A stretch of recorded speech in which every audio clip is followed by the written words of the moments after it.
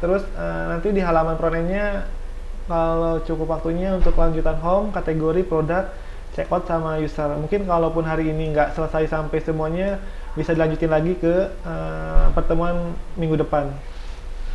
Nah, sekarang kita lanjut aja ke setting Mitrans. Kalau teman-teman belum tahu Mitrans, di sini Mitrans itu sebagai payment gateway. Jadi setiap pembayaran nanti otomatis dicek sama dia. Kalau dia beneran bayar, nanti dia bisa ngasih tahu atau ngasih callback ke kita bahwa misalnya nih transaksi ini udah dibayar, nominalnya berapa, nanti status dari sistem kita otomatis ngupdate jadi yang tadinya pending jadi sukses.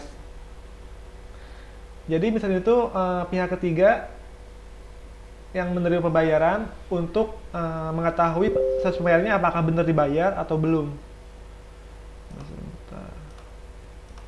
Nah, sebenarnya selain Mitrans ini banyak sih vendor yang lain juga kayak Sendit atau Doku.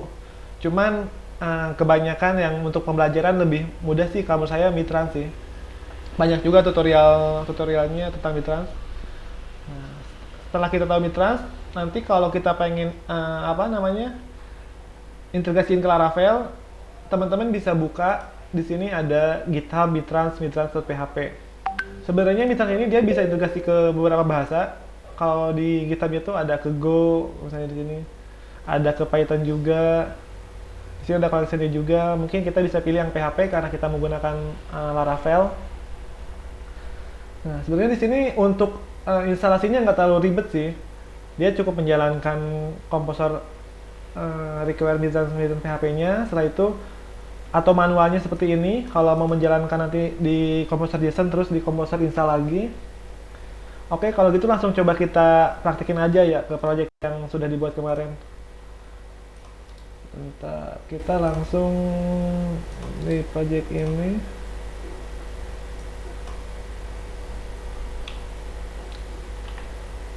Nah, sekarang kita jalankan dulu instalasi melalui komposernya. Kita paste, pastiin udah dalam projectnya ya. Nah, tunggu dulu sampai dia installnya berhasil.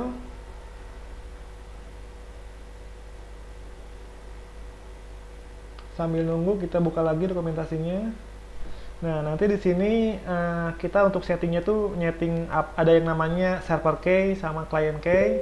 Terus di sini status jadi si Mitrans ini tuh coba saya sambil login dulu karena saya udah punya akunnya. Nah, dia tuh di sini environment-nya ada dua, ada production, ada sandbox. Sandbox tuh jadi untuk uji coba sebelum live kita bisa menjalankan sandbox untuk memastikan bahwa udah jalan sesuai rule-nya. Transaksinya masuk, pembayarannya nanti update ke database kita. Nah, sandbox ini istilahnya kita bisa transfernya dummy atau nanti ada link untuk transaction seolah-olah kita benar-benar pembayar padahal itu cuma dummy. Oke, kita lihat aja di sini. Oh, belum selesai instalasinya, masih generate.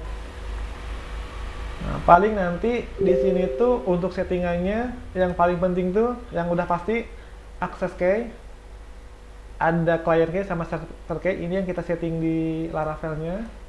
Setelah itu nanti kita nyimpen juga untuk snap reference-nya. Nah, nanti tampilannya seperti ini kalau kita menggunakan Mitrans. Ada total pembayarannya berapa, seolah nanti kalau kita bisa nyeting nih apa aja nih yang bisa dibayar, apakah GoPay aja atau pakai ATM semua transfer misalnya. Ini bisa di custom juga, di sini ada settingannya mau ganti warna juga.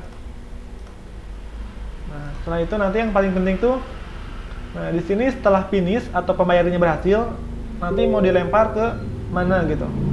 Ini kalau ada finish lemparnya misalnya ke finish, terus kalau belum finish dia kemana. Kalau error lemparnya kemana. Nanti bisa setting di sini. Nah, selain di sini pun ada juga setting untuk callback to konfigurasi. Nah, ini yang penting setting callbacknya tuh. Jadi setiap pembayaran masuk ke Mitrans, otomatis dia menjalankan callback ini. Callback ini nanti kita setting untuk bisa ngupdate ke database yang tadinya pending jadi sukses, atau kita bisa kirim email ke user bahwa pembayaran sudah kita terima misalnya. Oke, kita lihat lagi instalannya. Nah, ini udah selesai semua ya. Instalannya udah berhasil, udah sukses. Nah, kalau kita lihat di komposernya, di sini nambah Mitrans-nya versi 2.5.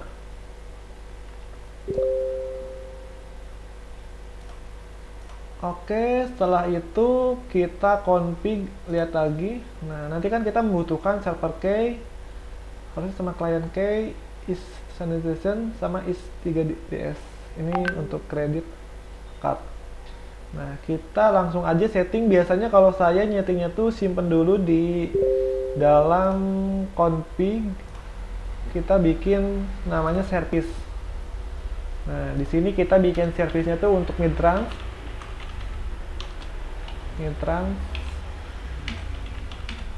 Kita bikin seperti yang atas sebenarnya. Nanti di sini tuh nyeting untuk server key misalnya. Server key. Nah, server key ini ngambil dari akun kita. Kalau kalian nanti belum punya, nanti bisa coba register. Di sini ada server key, ada client key. Server key-nya dikopas. Iya, di sini kalaupun nanti mau simpan di INP bisa, kita bisa manggil dulu INP-nya. INP kita simpan. Oh, sorry. Ini pertama tuh dia manggil dulu di INP kalau ada Mitrans server. Oke, nah kalau nggak ada, kita buat default-nya isi ini. Nah, selain itu kita kopas juga untuk kita kopas untuk client key-nya. Client key ini ganti client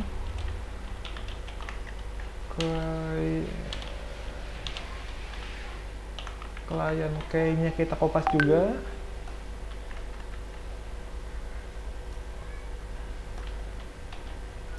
Nah, setelah itu, selain server key, client key, kita lihat lagi dokumentasinya. Di sini kita is production.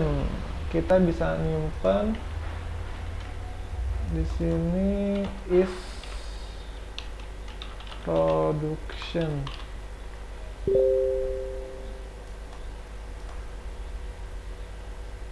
Oh, sorry, ini bukan titik tapi koma. Oh, ini. Is production.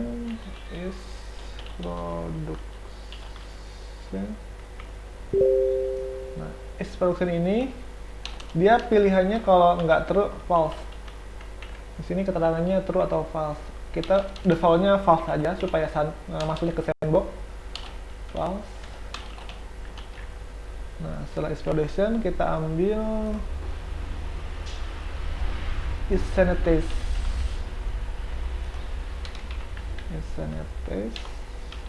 Di sini kita INP juga is sanitized. Defaultnya dia true.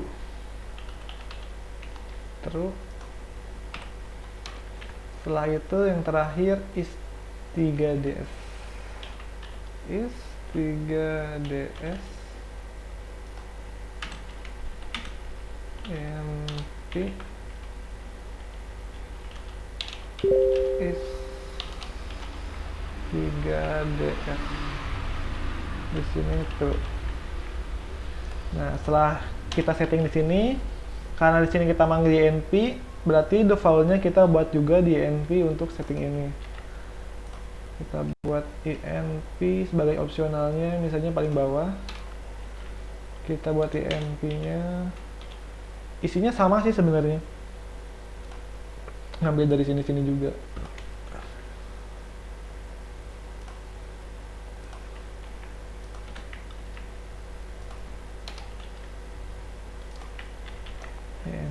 client.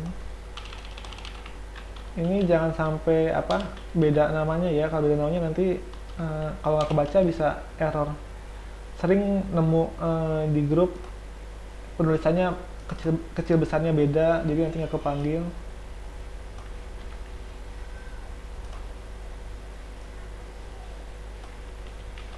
Oke, setelah itu kita kopas lagi yang is production file.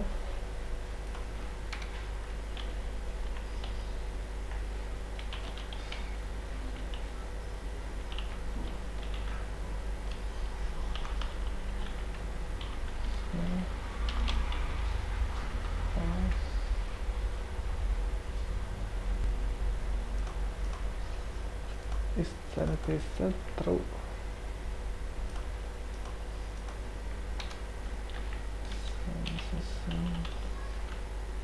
True. Terakhir satu lagi is 3ds true.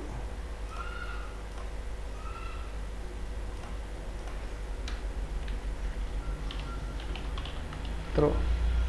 Nah, mungkin untuk settingannya untuk nanti dipanggil di controllernya kita bisa manggil yang service ini, tapi kalaupun nanti di INP-nya dia lupa masang mitransnya, default-nya nanti akan manggil yang ini. Jadi ini supaya backup-an sih, kalau INP-nya nggak ada, dia manggil otomatis yang sebelahnya lagi. Oke, kita lihat lagi. Nah, di sini untuk event URL nanti kita nggak gunakan. Nah, di sini untuk contoh untuk gimana sih cara kerjanya si mitrans ini. Nanti sebenarnya kita ngirim data ke mitrans, transaksi detailnya misalnya order ID-nya berapa, totalnya berapa, terus nanti biasanya pembayarannya dia apa aja. Nah, setelah kita ngirim, nanti kita ngedapatin respon dari hasil paramsnya ini. Nah, biasanya snap token ini yang kita simpan di table atau database. Siapa tahu kalaupun dia nggak langsung bayar, nanti kita bisa panggil lagi untuk memunculkan total nominal yang sebelumnya mau dibayar. Ini di sini kalau mau pakai Snap.js, karena kita nanti pakainya di Laravel, paling sekalinya dia langsung ngeklik langsung di redirect ke tampilan. Nah, kita ke Snap Redirect yang ini, langsung ke tampilan pembayarannya. Ini nanti contohnya seperti ini, kita ngirim params.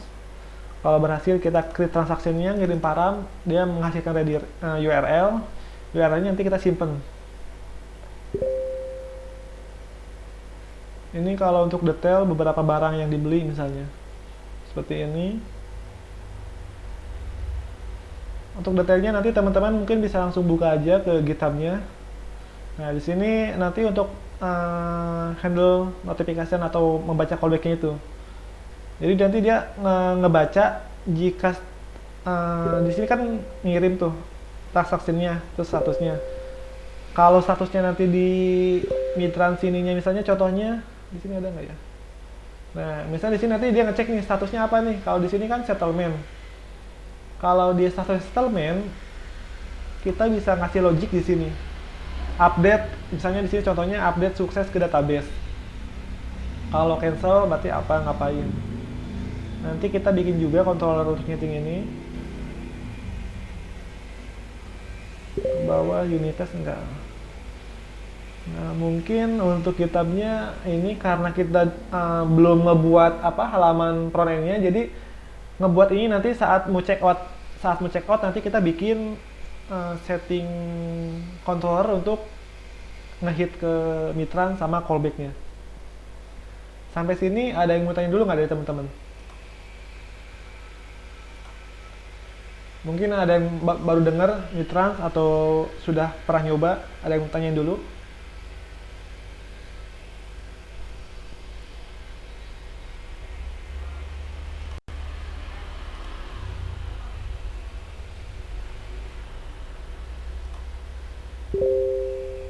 Itu kalau mau pakai mitrans pakai apa?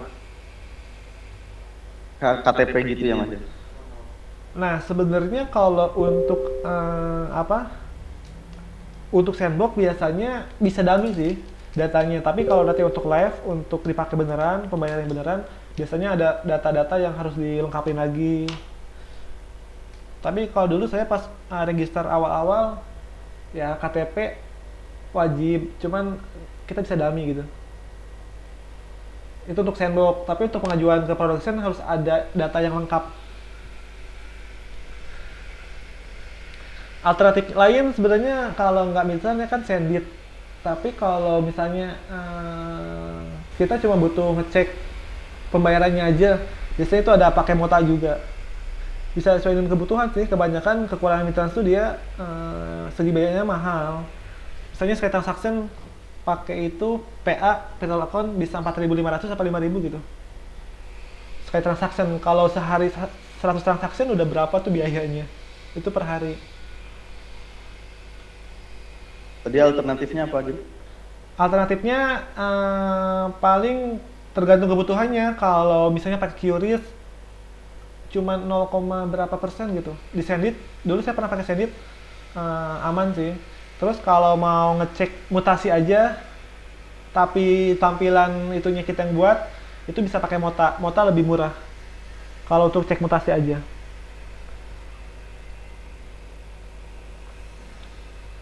Yang penting paham yang tadi, callbacknya sih, untuk ngecek ada yang bayar nggak. Kalau yang bayar kita update statusnya ke database bahwa orang ini udah benar bayar.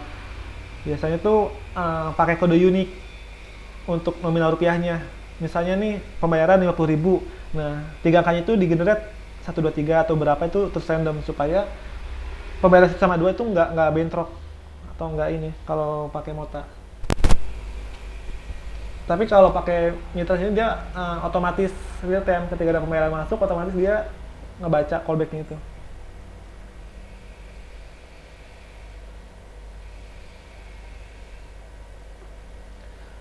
Kalau teman-teman mau belajar untuk lebih detailnya lagi, di kelas premium itu dulu saya belajar awalnya di BWA ada. Terus selain BWA ada juga di Santri Coding. Itu bagus sih kalau mau benar-benar lebih mendetail lagi, paham studi kasus yang lain gitu maksudnya. Oke, kalau nggak ada lagi pertanyaan, mau langsung lanjut aja. Dari Mitrans ini mungkin segitu dulu, nanti lanjut lagi di halaman checkout.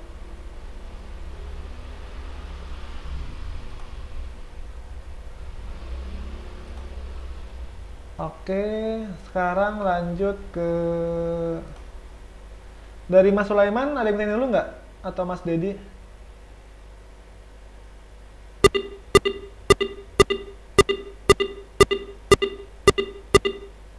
Suaranya nggak ada Mas, nggak kedengeran.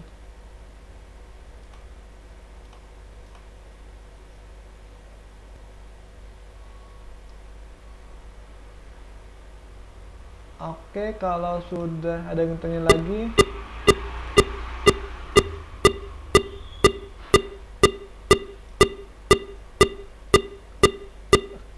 kok suaranya itu ya, titik-titik aja ya? Coba lewat teks Mas, suaranya nggak ini, lewat chat.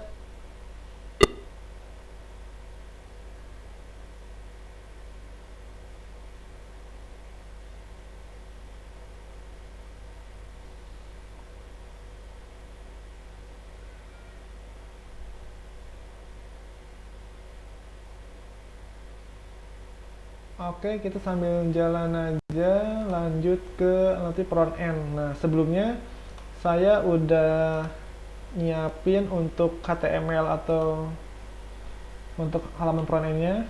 Kita kalau nggak salah apa ya, saya lupa lagi namanya. Bukan template, aduh lupa lagi. Saya pernah share di grup ya kalau nggak salah. Template-nya apa ya? Template, oh iya ini. Kita bisa akses dulu untuk template-nya. Nah, ini akan kita pakai, kita clone dulu. Walaupun sudah ada, kita coba mau nge-clone. Di sini kita tinggal coba lihat dulu, udah ada belum di sini. Oke, di sini kita bisa langsung eh, sorry. Git clone template sewa barang. Nah, dia udah nge-clone, kita tinggal lihat. Oh iya, udah ada. Kalau udah ada, itu biar nggak ngalangin.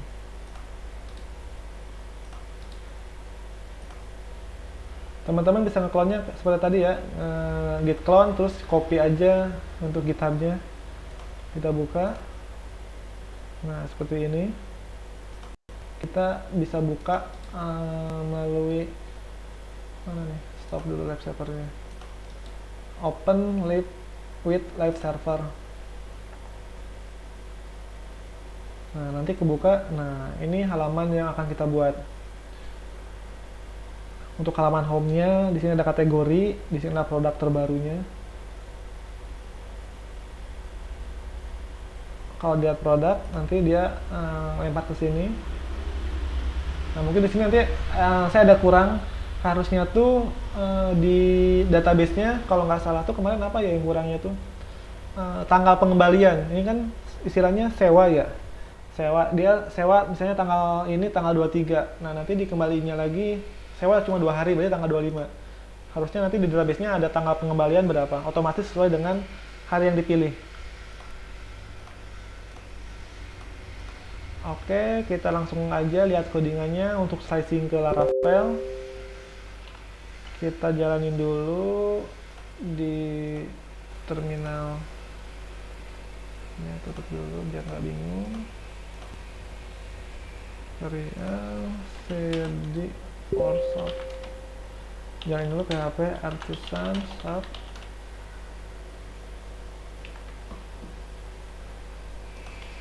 Nah, yang sekarang kan tampilan Laravel kan masih kosong ya. Nah, sekarang kita buat dulu untuk halaman utamanya. Bikin routing baru. Di sini kita bikin route web. Nah, dia kan masih ke welcome nih. Nah, pertama kita lihat dulu nih, udah ada belum controllernya. Kalau belum ada, kita bisa buat dulu satu controller untuk halaman home-nya atau untuk front end-nya. Kalian teman-teman bebas sih mau namanya, misalnya kalau saya HP artisan make controller, mau home controller atau misalnya front end controller juga nggak apa-apa. Front end controller misalnya kayak gitu juga nggak apa-apa. Nah, setelah dibuat, kita bikin di sini public function home. Kita returnnya nanti ke view-nya belum dibuat, kita namain dulu misalnya ke halaman front end.home. Home aja cukup deh kayaknya. Nah, setelah dibuat controllernya, jangan lupa kita panggil dulu di dalam WPHP-nya. Di sini ganti komen dulu, nggak digunakan. Misalnya ini untuk front end.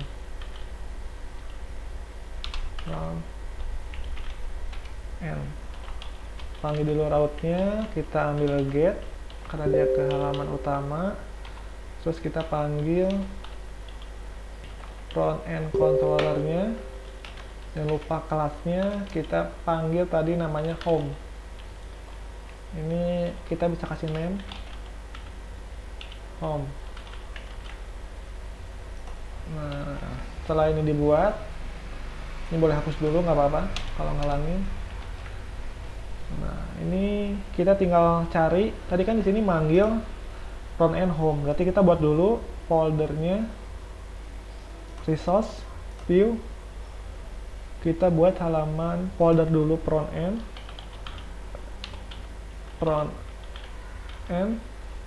Nah, di dalam front end ini ada home.blade.php. home.blade.php. Nah, kita bisa lihat ke HTML yang tadi, kita buka yang index. Nah, di sini kita bisa kopas semuanya aja untuk pindahin ke dalam home ini. Home resource home index. Nah, kopas aja. Oke, di sini kita coba refresh setelah kita buat, apakah ada error atau enggak. Nah, di sini udah kepanggil, cuman untuk asetnya belum kepanggil semua. Terus untuk apa namanya, stylenya juga belum kepanggil karena kita belum nyeting stylenya untuk gambarnya juga. Di sini kita bisa nyimpen nanti ke dalam public untuk asetnya. Nah, aset ini kita bisa kopas dulu. Apa namanya, apa ya, supaya enaknya di dalam public ini aset kita buat folder front end. Front end. Nah, aset front end berarti yang tadi aset ini kita bisa paste atau pindahin ke dalam front end ini.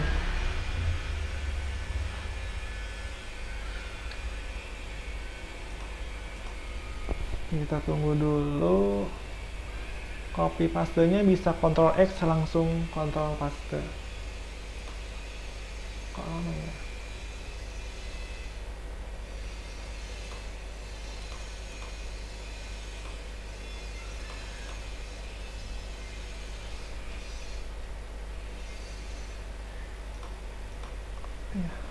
Coba satu lagi kayak lagi deh.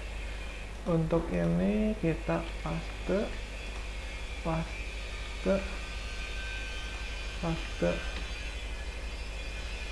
pindahin ke dalam front end, paste. Nah, ini udah kepaste semua untuk style, untuk asetnya. Di sini kita tinggal manggil sesuai dengan lokasi asetnya. Nah, karena sebelumnya ini masih banyak aset style, berarti kita ganti dulu. Karena menggunakan blend Laravel, kita bisa menggunakan kurawal, terus aset.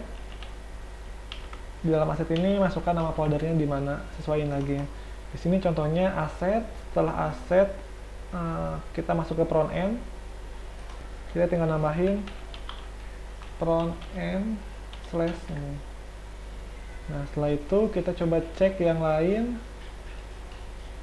Atau kalau pengen cepet, kita bisa langsung grouping. Caranya misalnya kita Ctrl F dulu, cari. Nah, setelah cari kita kopas ininya yang mau kita replace. Setelah itu kita bisa Ctrl D.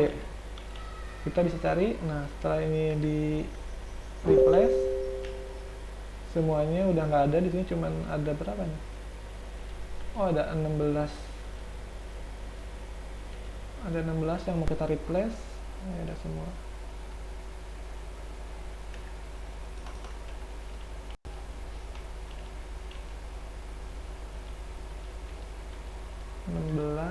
Kita replace satu lagi. Oke. Kita tinggal nambahin blend aset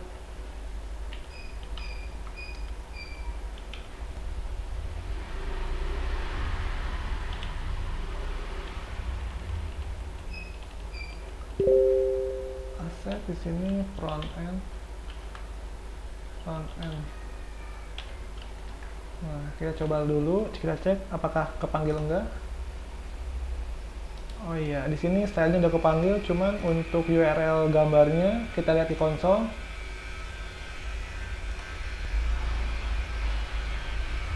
URL-nya dia ngarah kemana sih? URL-nya tuh gambar. Oh iya, di sini slash-nya ada 2, kelebihan slash.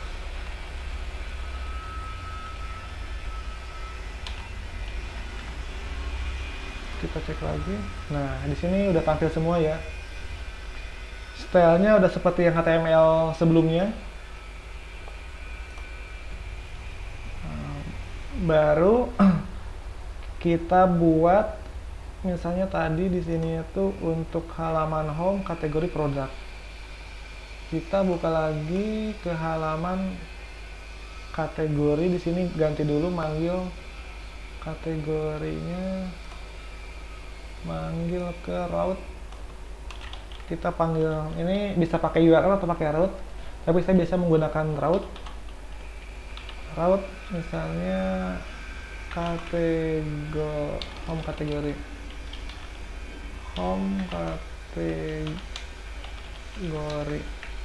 Nah, karena di sini kita belum ngebuat routingnya, kita buat dulu untuk home kategori di dalam route wphp. Kita buat dulu di sini route get seperti yang atas, kita buat kategori.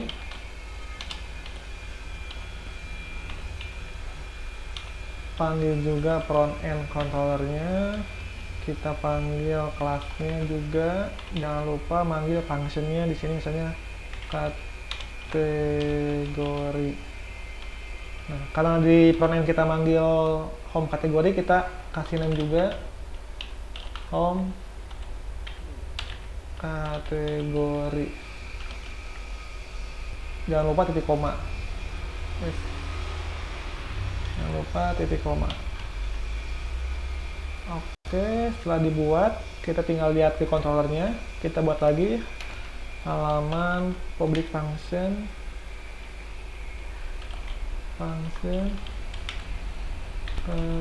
kategori. Kita kopas aja yang atas, front end kategori. Nah, di sini kita belum buat yang namanya kategori. Nah, nih. Front end kategori.blade.php. Kita bisa buka lagi HTML-nya untuk kategori ini. Nah, setelah kita buka HTML-nya, kita kopas lagi ke dalam kategori blade-nya. Nah, setelah itu kita save, udah save, kita refresh di browsernya. Nah, nanti di sini mengarah. Oh iya, di sini kayaknya ada typo deh, kategori. Sorry, di sini kategori route-nya ke sini udah sesuai. Di routingnya, oh iya, typo nih. Kategori. Nih, kalau teman-teman bisa lihat di pojok kiri bawah tuh ada URL kategori, itu manggil routingnya. Kalau kita klik, nah di sini udah manggil ya ke halaman kategori, cuman tampilannya belum sesuai. Nah, supaya kita nggak manggil footernya berulang, terus headernya berulang, kita buat kayak yang kemarin di admin. Kita bikin untuk komponen utamanya itu bikin layout dulu. Di sini layout untuk front end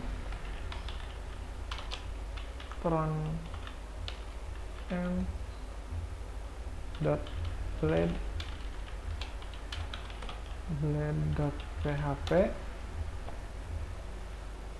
Nah, setelah itu, setelah kita bikin layoutnya, kita kopas dulu yang di halaman front end home aja karena udah di setting. Kita paste dulu ke sini. Nah, kita tinggal pilih nih mana aja yang mau dipisah-pisah, atau biasanya di grouping.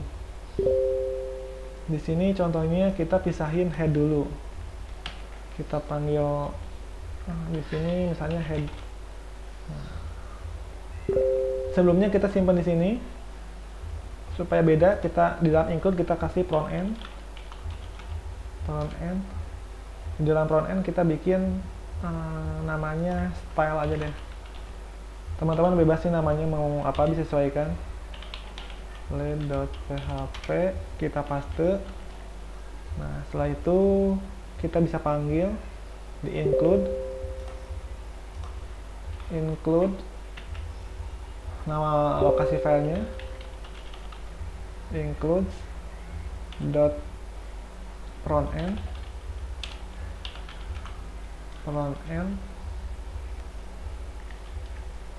dot style. Nah, di sini kita bisa namain juga kalau nanti mau ada style tambahan, namanya stack. Kita bisa namain stack, namanya abstract style. Stack ini nanti hubungannya sama push. Jadi kalau mau nambahin styling CSS di bawahnya style ini, kita tinggal namahin push stylenya apa. Untuk header, kayaknya header juga perlu kita pindahin. Header kita bikin front end namanya header. Ya header aja deh. Header.blade.php. Kita paste.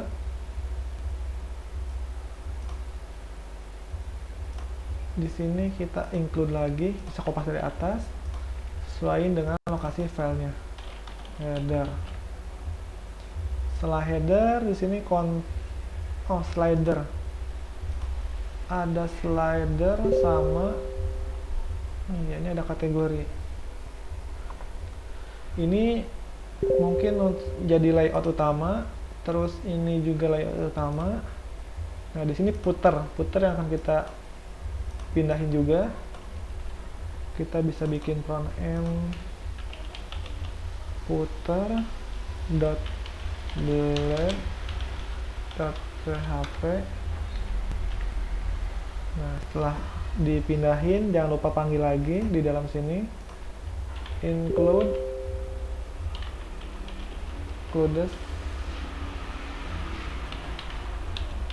front end dot footer. Ini yang terakhir, kita bikin script, pindahin juga ke dalam front end script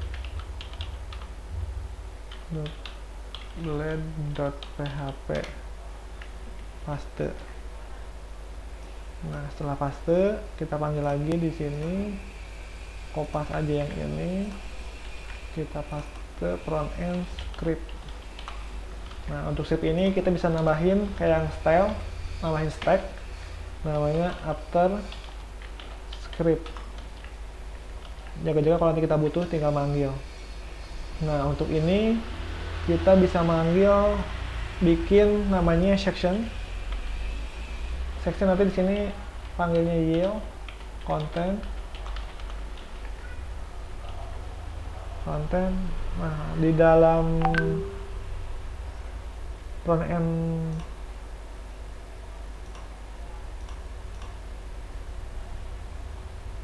sorry ini kayaknya saya salah kopas nih. Footer tuh harusnya di dalam include,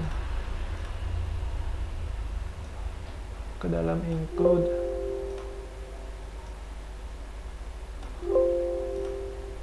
Nah di dalam home, karena kita nanti pakai extend,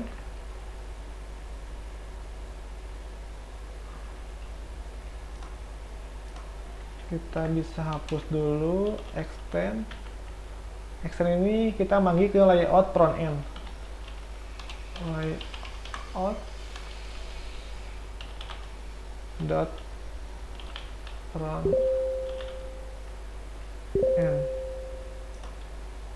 end tidak sesuai. Kalau kita refresh lagi di halaman utamanya, nah di sini kontennya belum ada karena belum kita panggil. Manggilnya nambahin section sesuai dengan nama yang yield tadi, konten. Kita paste.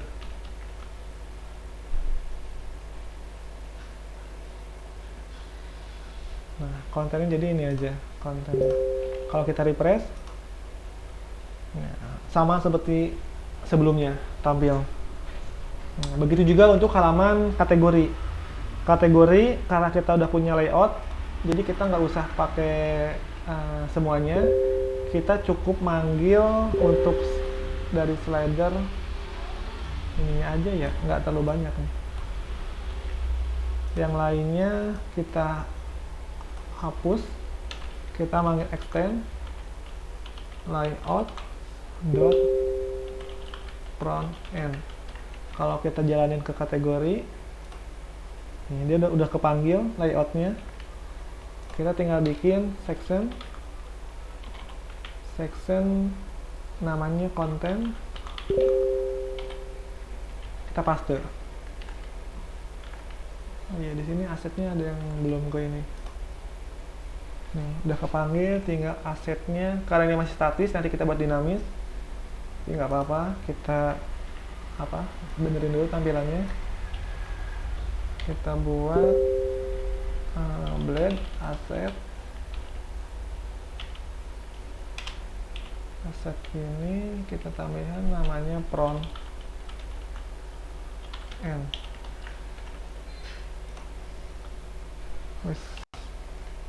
Front end nggak kepanggil. Coba kita inspect buat mastiin gambarnya arah kemana.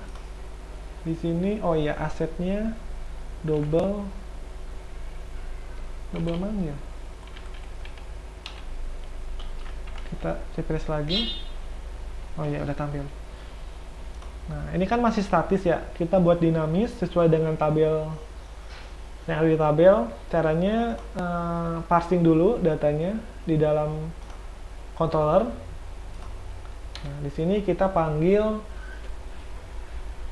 untuk datanya tuh ada di tabel product.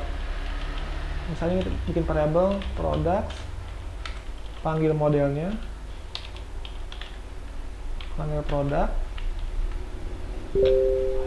Kita misalnya panggil net, ambil 10. Buat ngecek dulu, teman-teman bisa melakukan dd product. Datanya ada nggak sih yang dari di database itu? Nah, kalau udah ada, kita masuk sini, kita refresh. Nah, ternyata di sini datanya, wah nih, kayaknya datanya kosong.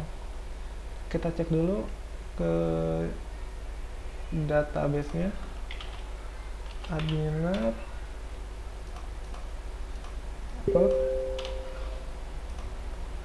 kemarin tuh namanya Laravel of untuk produk. Di sini harusnya ada 2 data produk. Coba kalau pakai get kelihatan nggak get.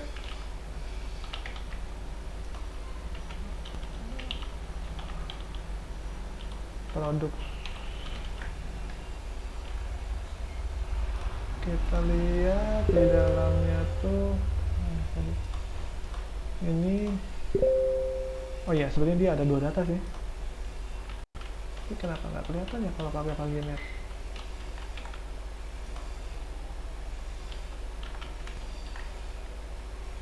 Nah, setelah kita panggil produknya, kita lempar ke halaman view, bisa menggunakan compact, namanya produk sesuai dengan variabel di atas, variabel ini. Atau kalau cara lain biasanya menggunakan array namanya product. Nah, teman-teman bisa menggunakan ini atau menggunakan compact. Setelah kita buat, kita cek lagi ke dalam produknya. Nah, kita cek nih cara slicingnya tuh.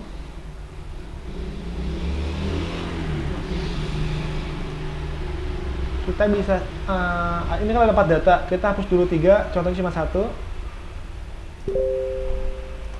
Nah, kita bisa hapus dulu 3 data yang lain, karena nanti ngambil dari database. Pastiin datanya tinggal 1. Nah, kalau 1, kita tinggal buat looping storage produknya tadi.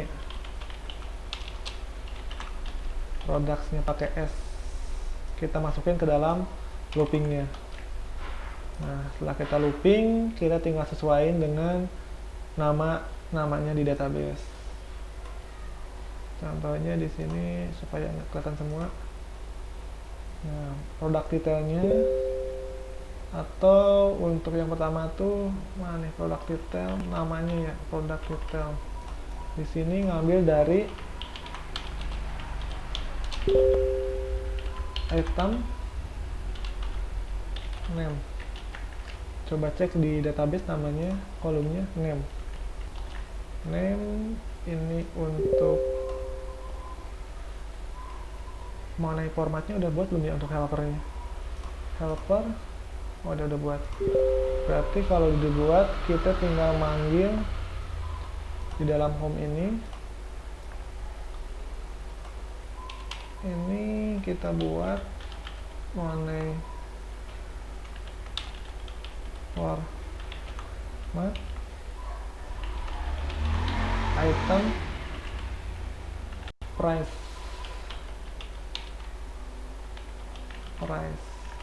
Kita coba refresh untuk sampel data tersebut. Nah, di sini udah masuk datanya, udah dinamis. Hub namanya, terus aduh, mau habis nih. Nanti kalau udah habis saya share lagi ya link Google Meet-nya. Di sini kita lanjut baru munculin nama sama apa nih? Price yang di komen. Nah, setelah itu diskon. Kita cek lagi di helpernya untuk diskon ada nggak sih? Untuk diskon tuh diskon. Oh iya, di sini ada diskon. Kita udah punya format diskon. Diskon di sini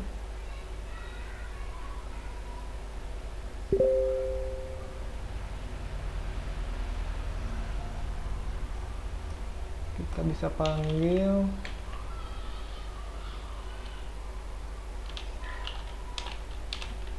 diskon item price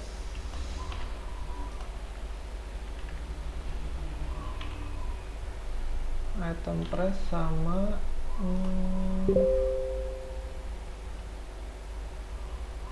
diskon.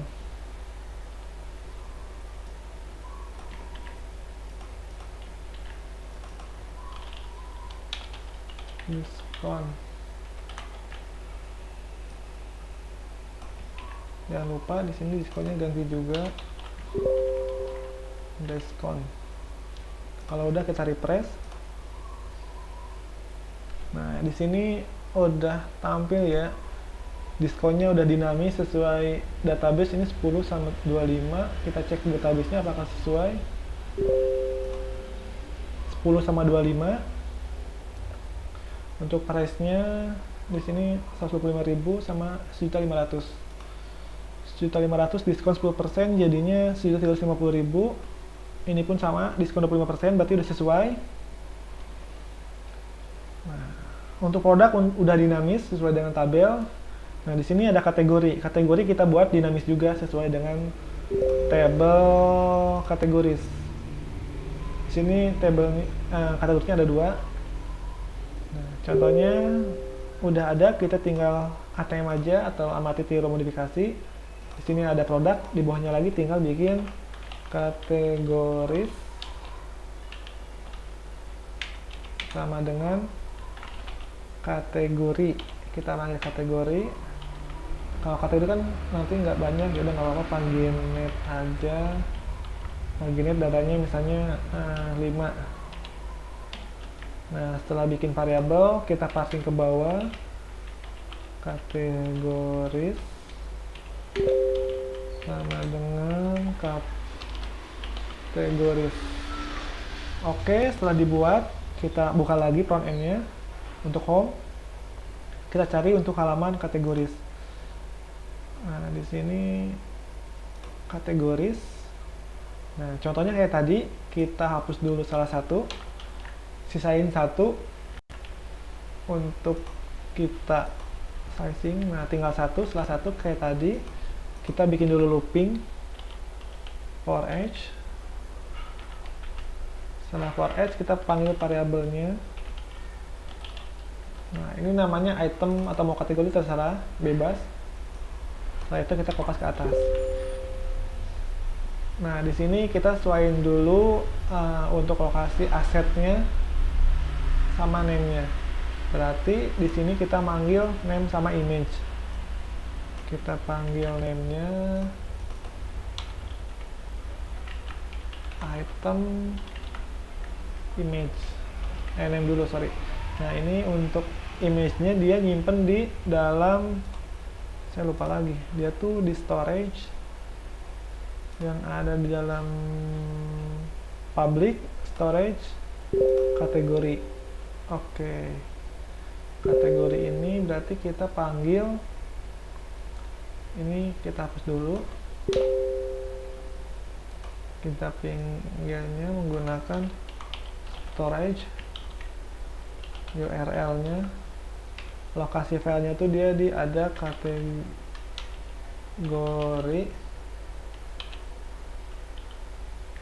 terus namanya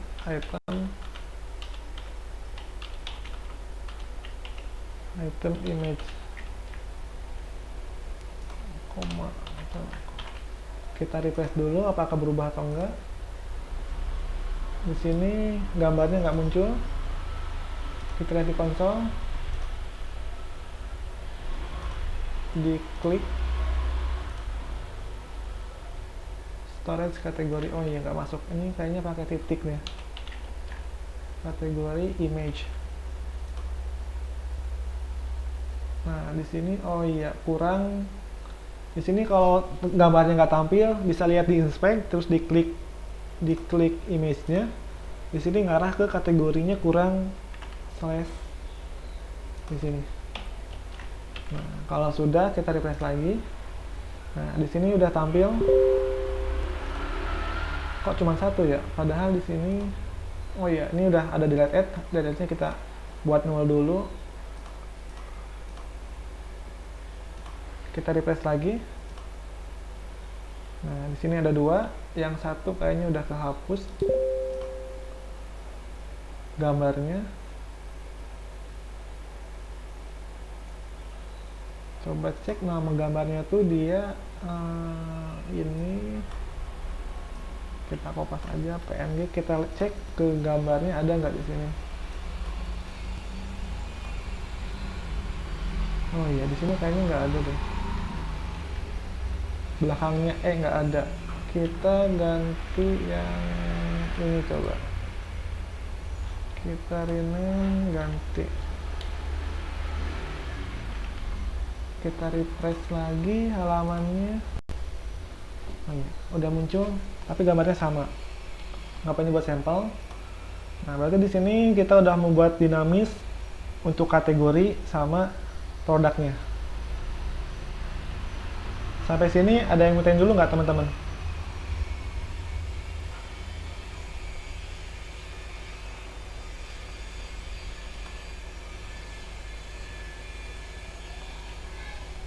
Ada yang belum paham sama penjelasannya?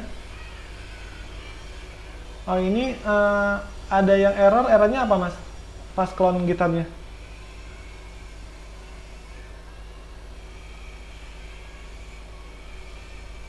Mas Sulaiman, errornya apa?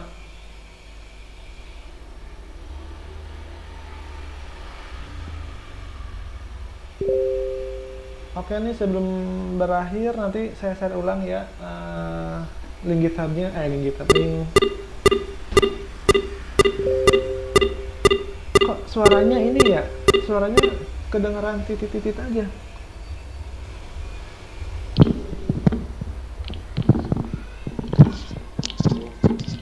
Tes. Iya masuk. Ini errornya post autoload-nya ada. Post Autoload DAM. Ya nanti harus saya screen sih biar ini. Nanti habis ini kan habis nih waktunya, nanti saya share ulang ya.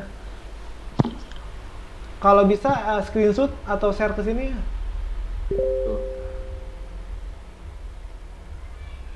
Ini saat melakukan apa mas? Install nge-clone Laravel-nya? Nge-clone GitHub ya. PHP-nya PHP berapa? Ya. PHP berapa? Versi Coba cek PHP sama komposernya versi berapa? Komposernya versi berapa?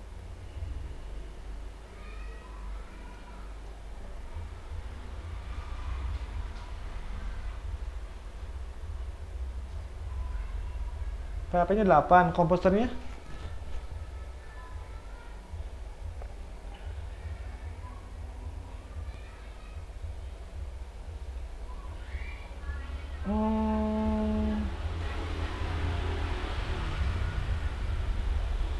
Nah, sekarang coba buka komposer komposer JSON-nya, Mas. Buka komposer JSON di codingannya.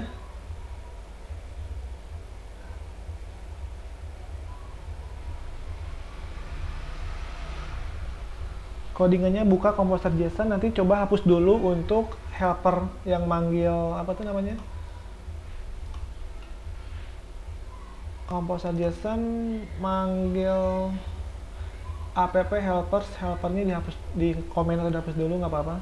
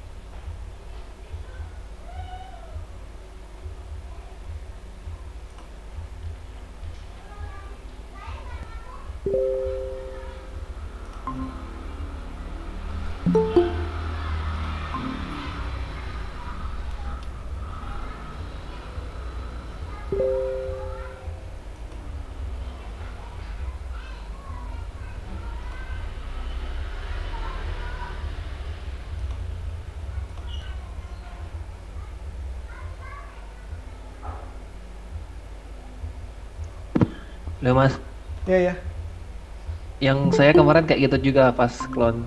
Nah, coba share screen lagi, tadi siapa yang share screen? Share screen Si terus Sulaiman.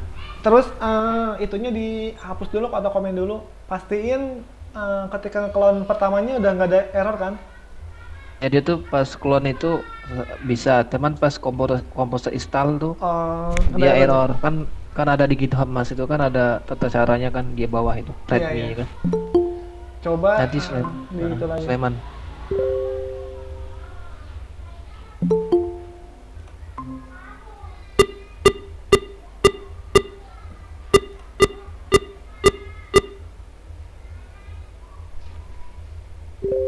Coba Mas di share screen lagi Mas yang tadi.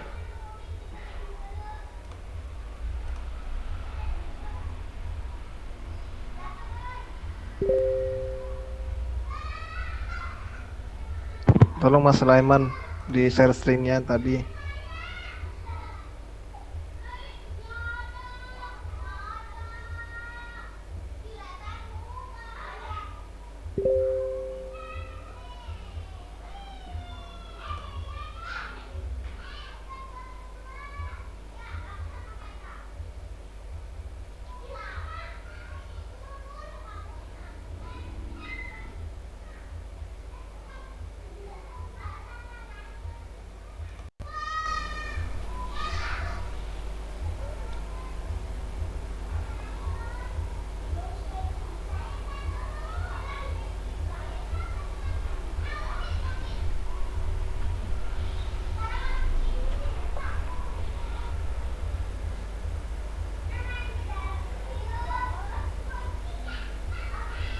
Coba buka komposer JSON-nya Mas.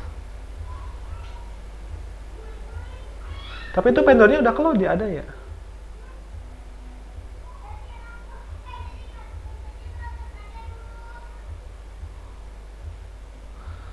Nah, ke bawah, scroll dikit yang bagian filesnya yang di bawah. Coba dihapus dulu. Nah, itu kan ada files app helper. Coba dihapus dulu.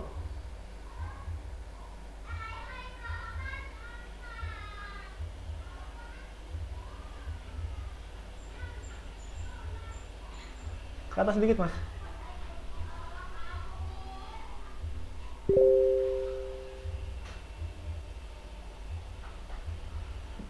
Nah, itu sampai files, terus koma di atasnya dihapus dulu coba.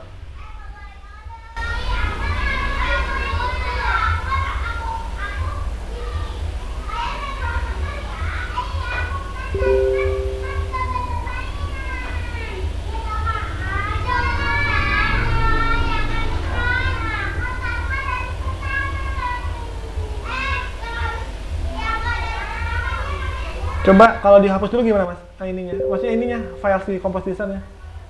Dihapus dulu files.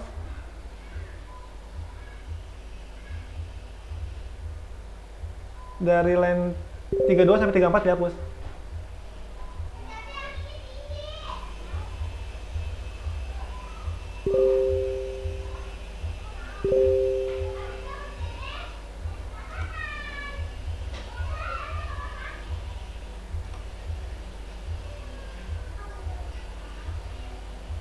Nah, itu dihapus.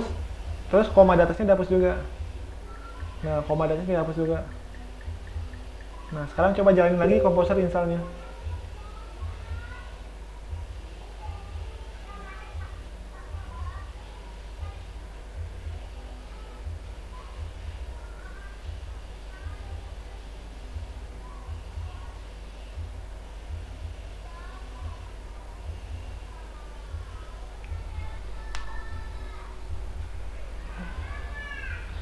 Oh, kayaknya saya kurang nambahin ini deh, Composer DOM Autoload di apa dokumentasi GitHub-nya. Sekarang masukin lagi kodenya yang tadi, Mas. Jalanin ini, Composer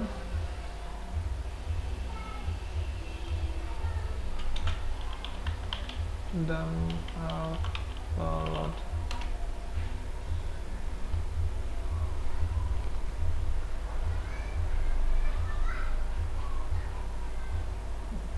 Coba dijalanin.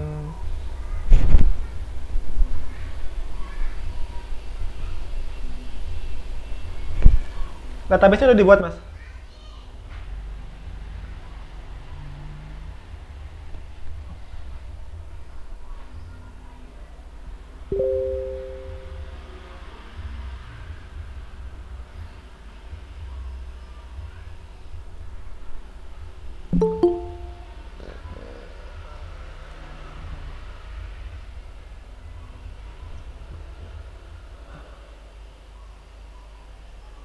Kurang titik koma. Nah.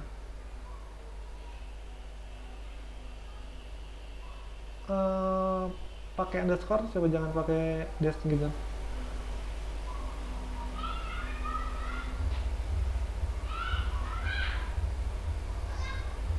Namanya workshopnya pakai underscore.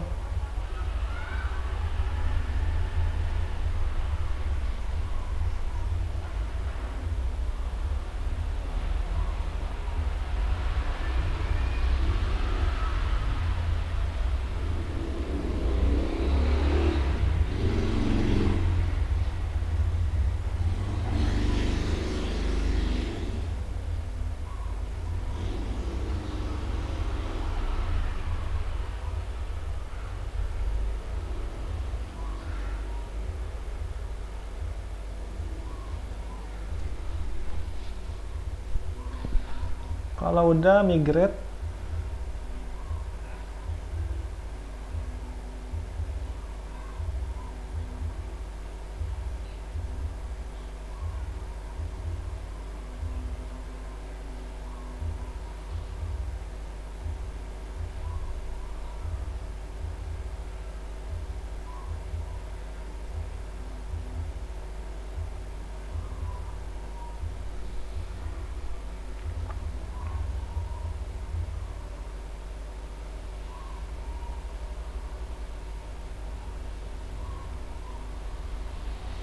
kalau teman-teman ada kendala bisa share nanti di Telegram ya, kalau lagi pembelajarannya ada problem atau ada error seperti ini.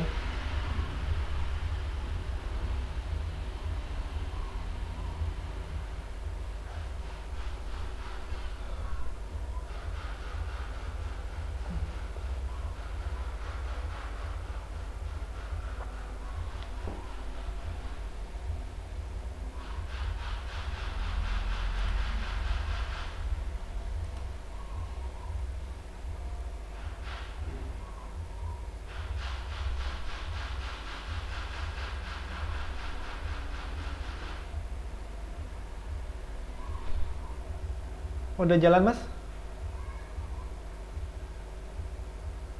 Coba diakses URL-nya 127.001.8000. Nah kalau ini udah jalan sih.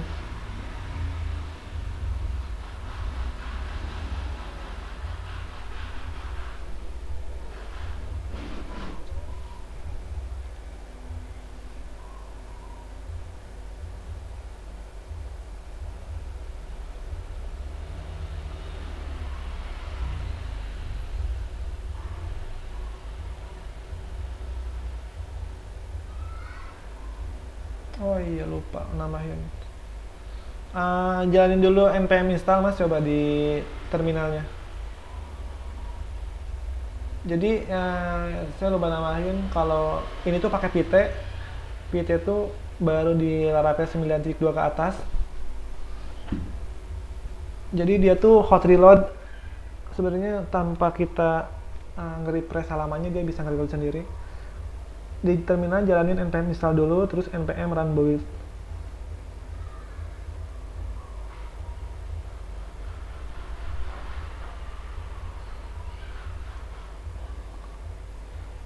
Buka dulu terminalnya, jalanin npm install.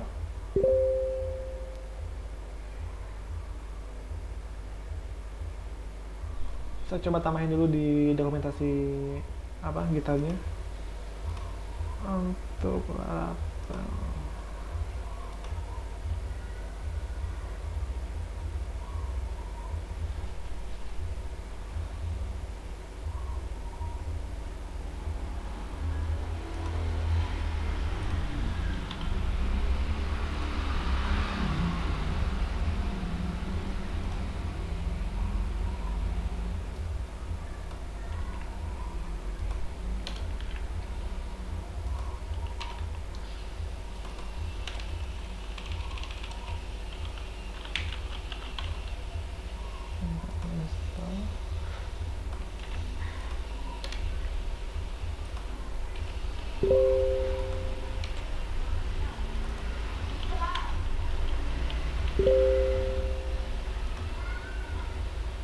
Tadi coba sukses nggak mas untuk npm install sama npm run build-nya?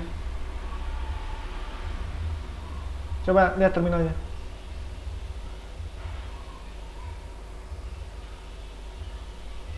Terminalnya gimana mas?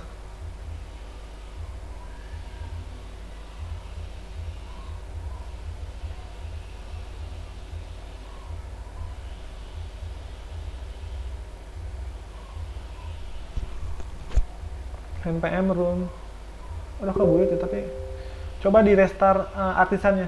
Kalau udah di build berarti artisannya di restart.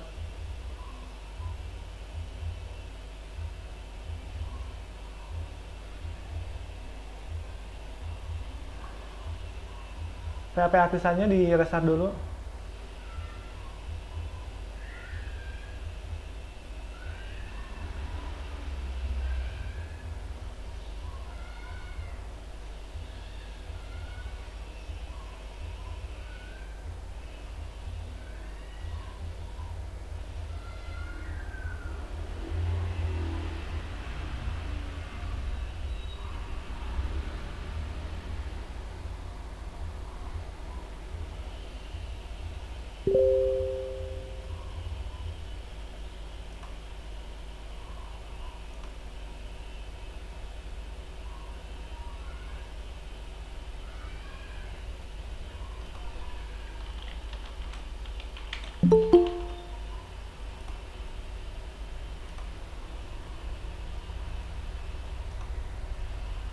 Wah, udah ada kendala ya? Kalau gitu coba saya sambil lanjut aja kali mas ya. Nanti kalau ada kendala itunya share aja di Telegram.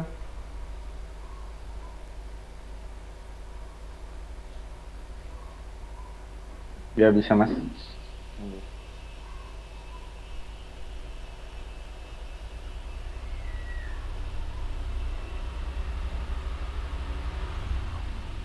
Oke, mas bisa stop sharingnya itu dulu mas. Apa?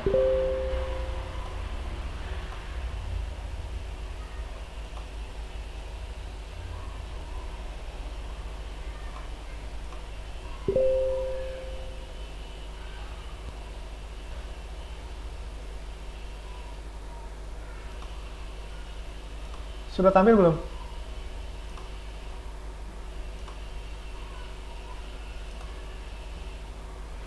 Sudah Mas. Sudah. Oke, kita di home-nya udah slicing udah berhasil. Sekarang kita lanjut ke slicing di dalam kategori. Caranya hampir mirip sama yang di dalam app controller front end. Kita buka dulu. Nah, di sini kita tinggal bisa kopas aja untuk kategorisnya ke sini. Nah, di sini jangan lupa ya, karena saya pakai auto import, jadi ketika manggil ini otomatis ke import di atasnya, dipanggil modelnya. Setelah itu kita bisa pakai cara atas, atau saya contohin cara baru lagi yang compact. Cukup sekali manggil kategoris udah sama.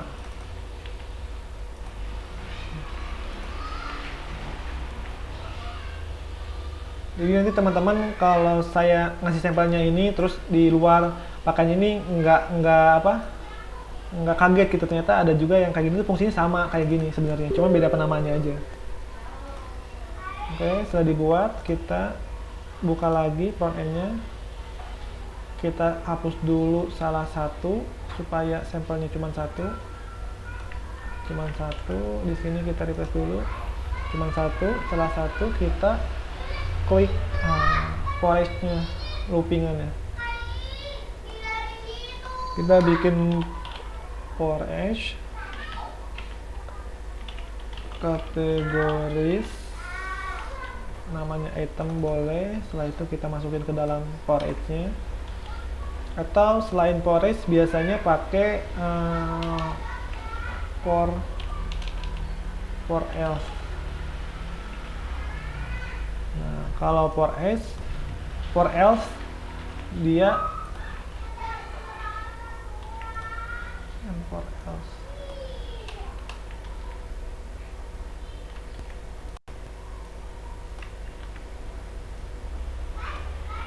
Jadi kalau for else tuh kalau datanya ada dia tampil, kalau nggak ada dia muncul ke dalam empty-nya ini.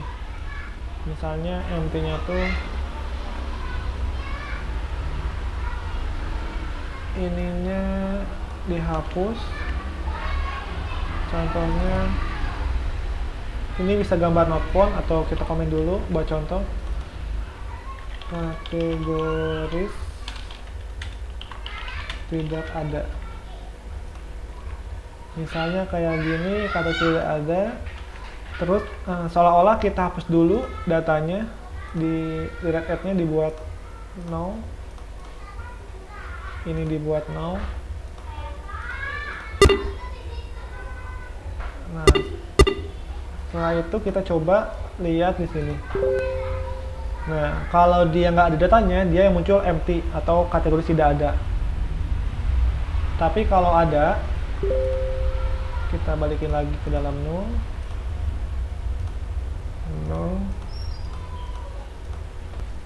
Tapi kalau null, dia harusnya ada.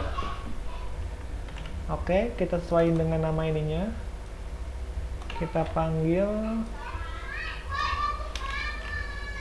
item name-nya. Terus di sini kita panggil untuk storage atau gambarnya.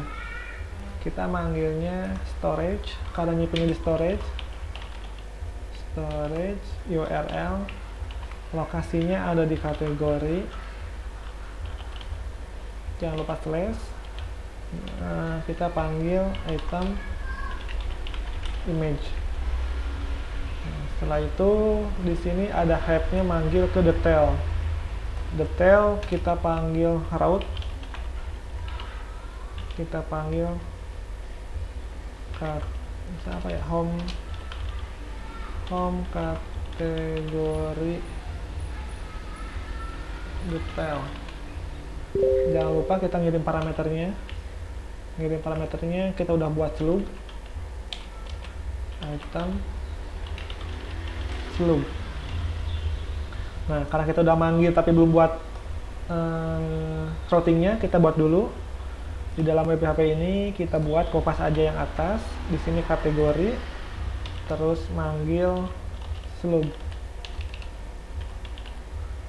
Slug.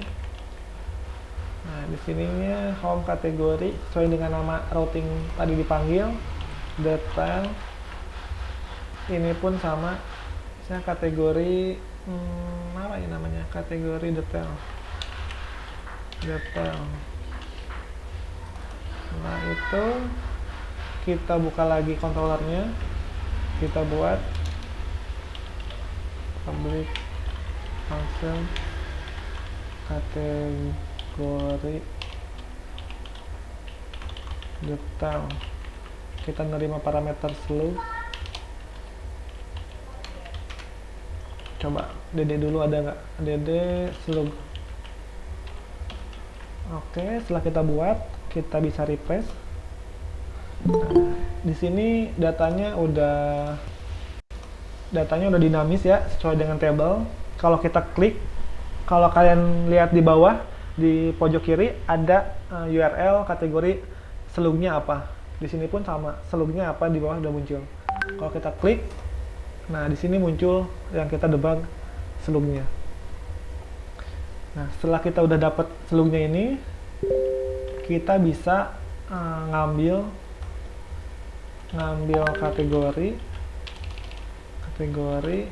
kategorinya tuh kategori where. Kita where-nya tuh where slug, ambil dari slug parameter tadi. Setelah itu di where kita panggil satu first. Nah, kita coba bisa debug dulu DD kategori datanya ada atau enggak untuk mastiin aja. Setelah itu kita bisa refresh. Nah, di sini datanya udah kepanggil. Nah, itu kita bisa kopas dari sini aja biar cepat. Front end kategori kita namain detail. Compactnya di sini kategori. Nah, karena kita belum ngebuat view-nya, kita bisa lihat dulu ke dalam resource view. Ini belum ada. Coba kita lihat di dalam HTML. HTML-nya untuk detail itu gimana sih? Saya pun lupa lagi. Nah, di sini detailnya tuh di sini ada kategori, di sini ada produk sesuai dengan kategorinya. Oke, setelah itu kita tahu, kita buat dulu di dalam view kategori. Kita bisa kopas, tinggal ganti namanya kategori detail ya, yang ini kategori detail. Nah, di sini kita bisa sesuaikan lagi dengan template ininya. Headernya kita udah ada, nggak usah. Nah, di sini yang ganti kita slidernya, kopas segini aja. Setelah itu kita coba lihat lagi di detail ini. Kita hapus dulu slider yang kopas barusan. Kopas dari HTML. Nah, ini dari HTML. Kalau kita lihat di dalam Laravel-nya, kita refresh. Nah, ini yang dari HTML. Kita belum sizing, datanya belum dinamis. Setelah itu kita buat dinamis dulu. Oh iya, karena di sini ada kategori juga, berarti di dalam sininya kita lempar juga kategori. Di sini kita parsing dulu kategorisnya. Goris. Nah, kalau teman-teman pengen cepat, kita bisa lihat dari kategori atau dari home. Di sini ada kategori. Kita bisa cek dulu apakah sama nggak forestnya. Kalau sama, kita bisa kopas aja untuk menghemat waktu. Kopas. Nah, oke, setelah kita kopas, kita bisa ini panggil juga di sini route ke home kategori. home kategori. Nah, setelah itu kita coba refresh. Nah, di sini udah dinamis, tapi harusnya ketika di sini halamannya kategori update, harusnya di sini aktif bahwa nandain tahu bahwa ini tuh adanya di kategori mana gitu. Kita bisa nambahin namanya tuh apa ya? Kelas aktif. Coba kalau di sini nama tambahin kelas aktif, hasilnya gimana? Oh iya, kalau aktif harusnya biru. Nah, supaya ini dinamis, kita bisa cek ya tuh, kasih kondisi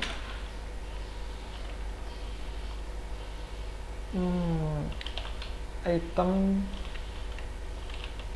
slug sama dengan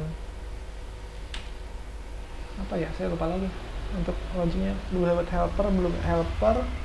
Di sini ismane nggak ada. Set aktif, coba saya cek dulu codingan yang mana ya, saya cek dulu untuk marketplace. Contohnya tuh bentar, saya lupa lagi codingannya. App dashboard.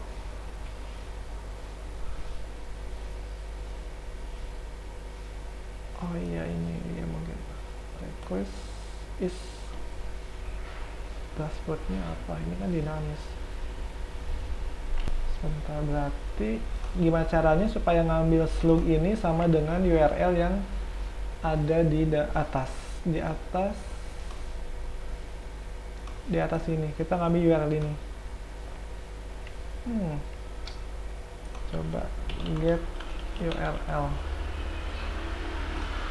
aja, password tuh Laravel blend. Nah, di sini kita bisa coba lihat mana nih request is.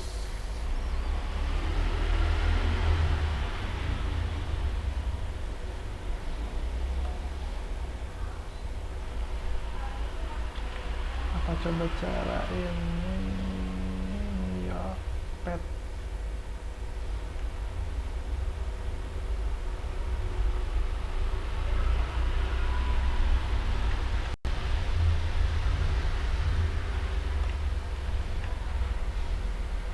Request is item slug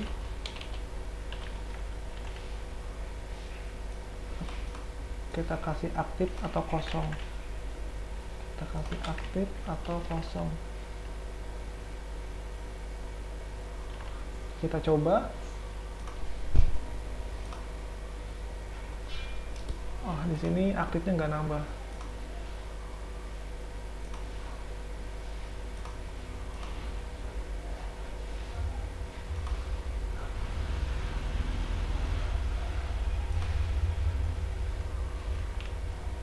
Coba kita panggil cara yang lain. Di sini URL kurang. Request pet, coba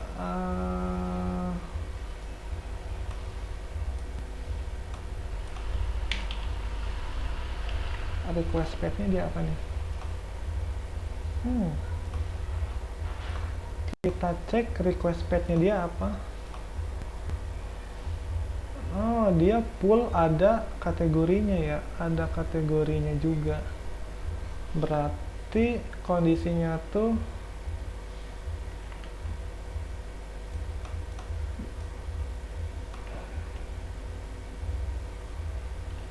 request pet. Di sini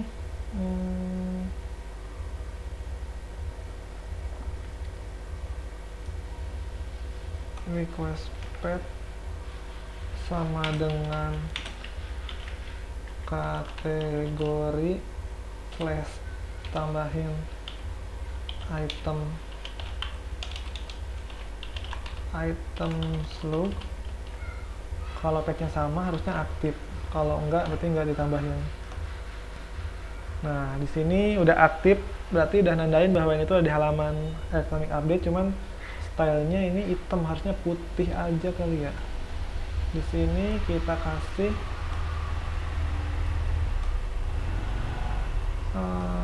dua kondisi juga untuk kelas text darknya. Kita tambahin kalau dia aktif warnanya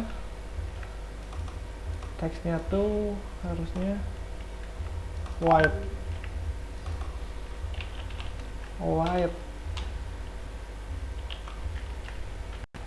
Nah, kita coba swing. Nah, kalau aktif dia warnanya putih terus ada birunya, kalau enggak berarti biasa.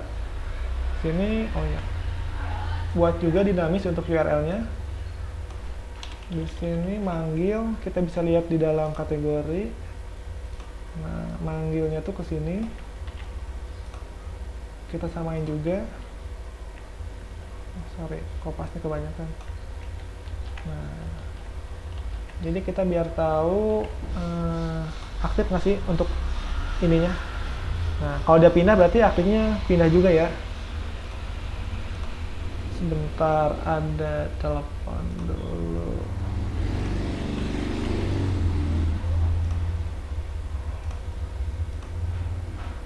Oke, setelah kategorinya berhasil, kita tinggal ganti untuk produk sama namanya. Kita bisa lihat lagi di sini.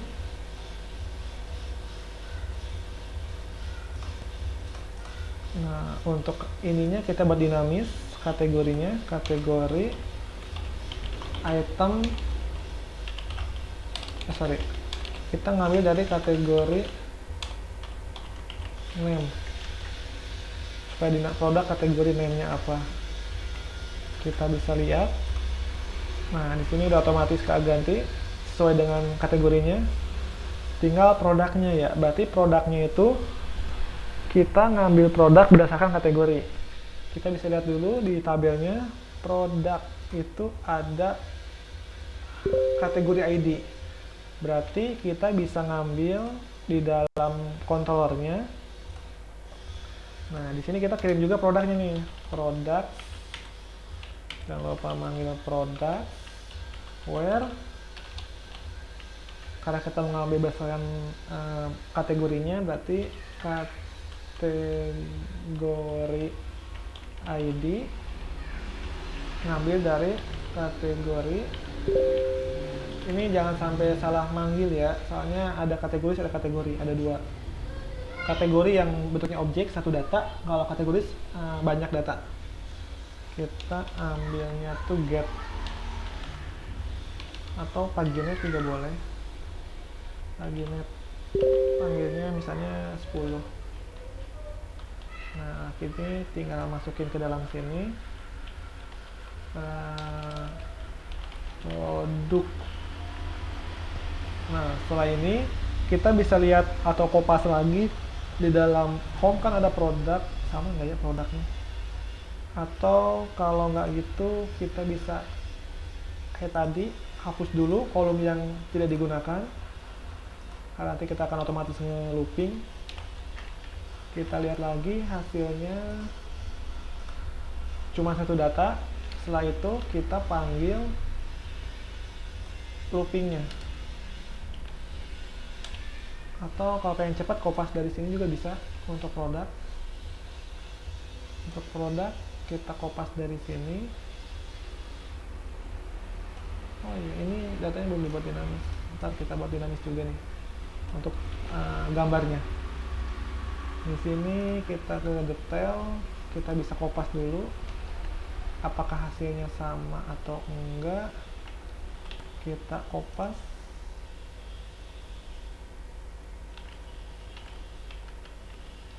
Products, item.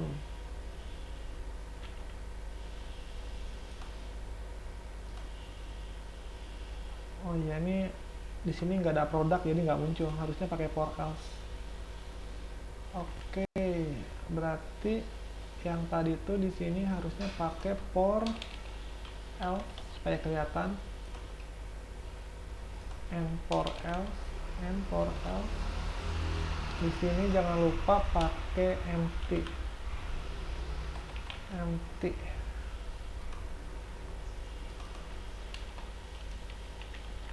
Empty-nya apa? Kita bisa kopas yang ini.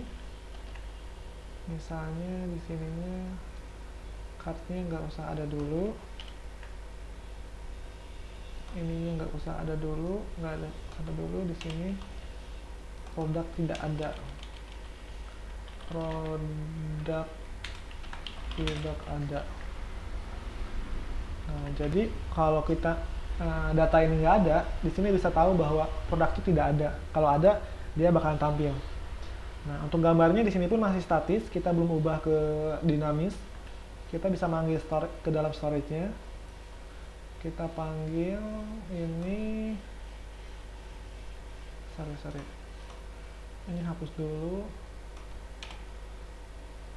Ini menggunakan storage URL.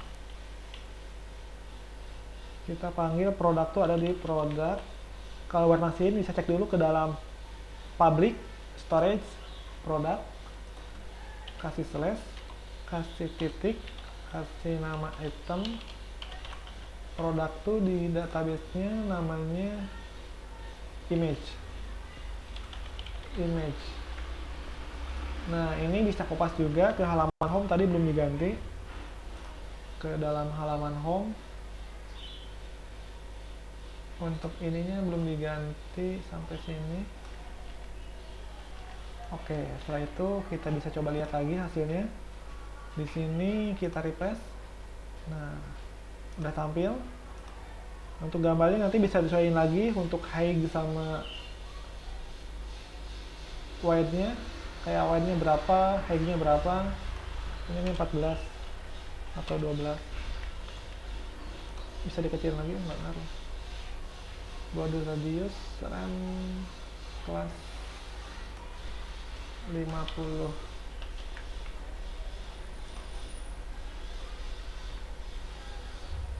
Oh ya, ini di dalam home sarangnya dia. Sorry. Harusnya di detail sini yang diubah. Sini 50 ya, masih mending lah. Atau kalau mau 100 kayak gininya yang diganti, makin gede.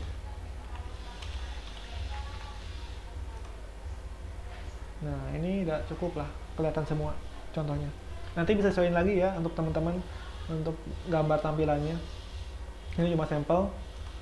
Nah, setelah berhasil, coba kita lihat lagi di Notion-nya. Kategori udah, produk berarti tinggal halaman. Di sini produknya udah juga. Produk detailnya kita belum ubah. Di dalam home kita bisa cek lagi. Ini 18. Nah, di sini kan manggil ke dalam produk detail. Kita ubah dulu ke dalam blend-nya Laravel. Yang ada HTML-nya kita rubah dulu ke dalam raut dulu. Ini tuh lihat produk. Oke. Produk. Kita kirim parameternya. Di sini item slug. Oke, setelah itu kita bikin dulu route-nya karena belum ada. Di sini kita bikin route, kopas aja get-nya ke dalam produk slug. Ini produk detail. Ini produk juga.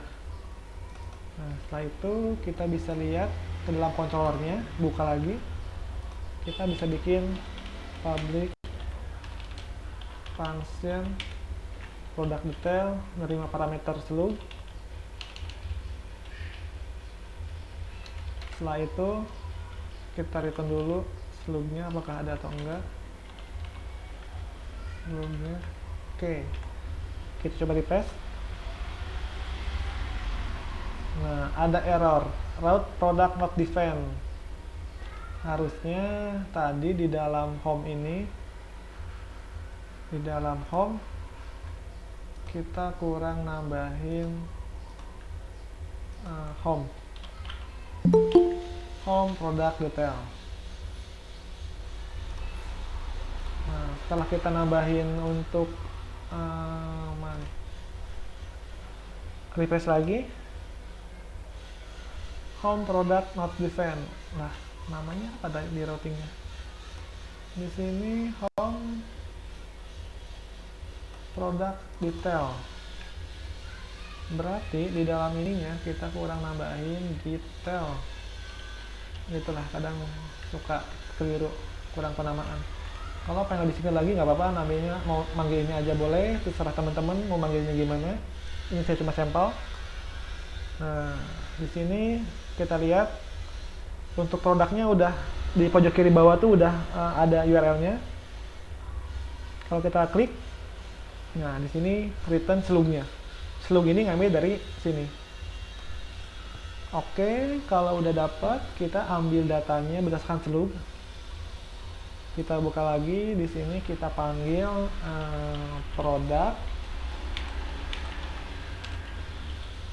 Kita panggil produknya itu where slug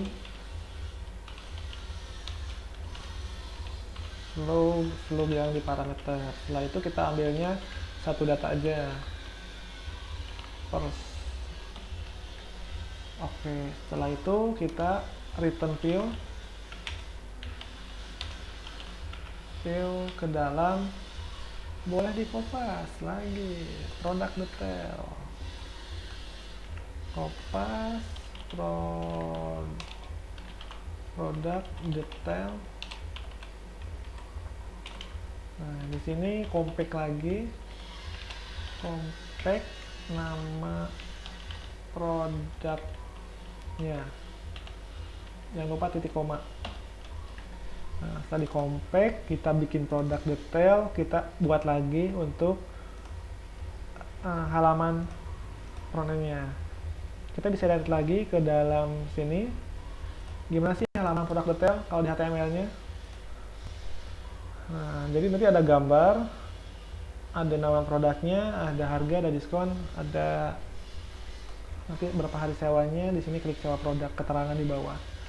Oke, setelah tahu, kita bisa kopas dari kategori detail, kita kopas, ganti namanya menjadi produk detail, produk detail.php.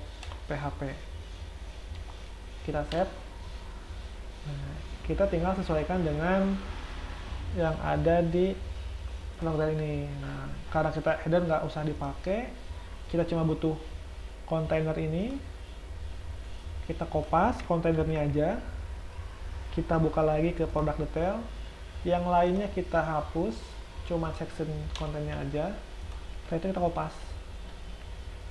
Nah, kita coba buka dulu di halaman Laravelnya. Ini close, ini. Nah, kita refresh. Nah, di sini udah dinamis, tinggal kita nyesuaiin dengan data-datanya. Pertama kita gambarnya dulu nih, gambarnya supaya dinamis. Kita panggil storage URL, dia ada di dalam produk, jangan lupa slash, panggil namanya produk image. Di sini kita manggil name-nya product name. Nah, ini kita manggil, coba di refresh dulu apakah udah kepanggil belum. Nah, ini udah ada, udah tampil, tinggal harganya, harga udah diskon sama harga yang dicoret. Kita nih harga yang diskon, karena kita udah punya helpernya. Kita tinggal masukin diskon ini, ngambil dari price sama diskon. Diskonnya U-nya kebanyakan. Terus di sini kita bisa kopas lagi untuk price-nya. Kita bisa buat money format.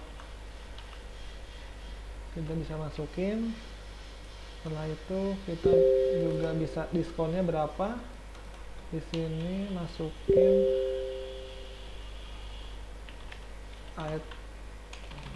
produk diskon. Oke, di hari nanti kita buat itu. Setelah itu kita, nah di sini kita panggil untuk description-nya. Kita cek di tabelnya itu di sini description, panggilnya description. Kita panggil item, item terus. Produk ya, salah. Product description. Nah, setelah itu kita coba lihat di halaman sini. Nah, di sini namanya udah dinamis, untuk ininya udah dinamis, diskonnya udah dinamis, total pembayarannya belum. Kita belum setting. Harusnya oh iya, belum berubah.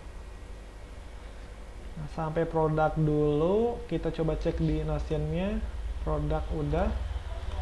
Nah, mungkin teman-teman sampai produk dulu, ada yang tanyain nggak? Atau ada yang belum paham sampai sini? Kayaknya untuk pertemuan selanjutnya, halaman check out dashboard user, kita lanjut di pertemuan selanjutnya. Kita sekarang untuk tanya jawab atau mau sharing-sharing boleh. Nanti saya push ke GitHub ya untuk short code yang udah barusan dikerjain. Jadi teman-teman bisa ngelihat kalau ada error, cocokin lagi kodenya. Kalau udah stuck nanti bisa share di Telegramnya. Sampai sini tanyain dulu. Ya, nggak usah malu-malu, tanyain aja kalau yang belum paham. Atau kecepatan saya ngejelasinnya. Kita masih ada waktu sekitar 15 menit lagi sebelum setengah 12. Untuk video yang lama-lama itu masih ada nggak mas? Nah, sebagian udah saya upload ke namanya apa? YouTube Bekasi Dev sebagian. Cuma nanti yang kurang-kurangnya saya masih ada sih, cuman belum sempat ke edit.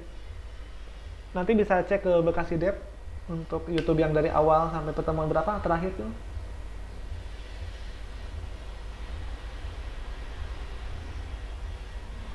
Hari 5 ya mas? Iya, ini pertemuan 4, ini 4 ya. Iya, ini pertemuan 4, berarti yang sebelumnya yang 3 udah, yang 2 kalau nggak salah yang belum ada.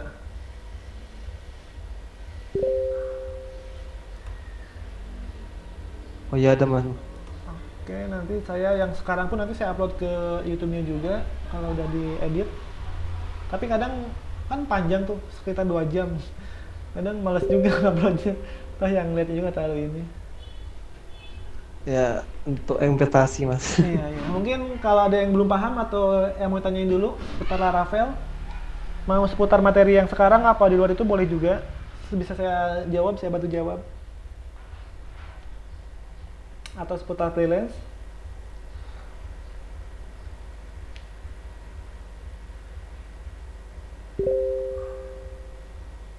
Mas Ahmad Jupri mau nanya seputar HTML.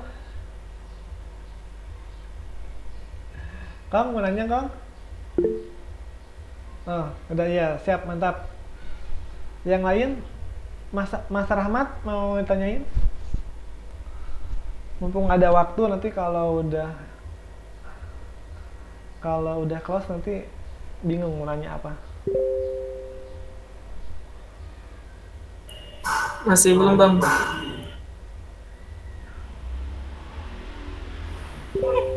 Masih belum, Mas.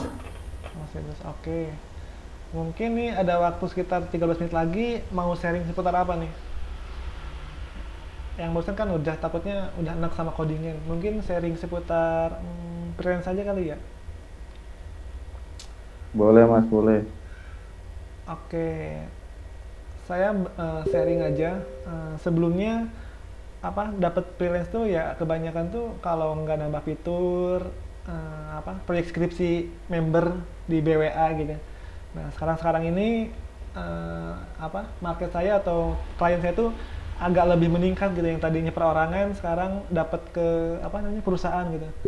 Jadi ada member yang kerja staff IT, dia disuruh bikin website tapi karena dia staff IT nggak mencakup codingan banget, akhirnya dia nyari yang bisa ngerjain. Nah kebetulan karena saya aktif di grup, akhirnya saya dipercayalah untuk ngerjain projectnya dia.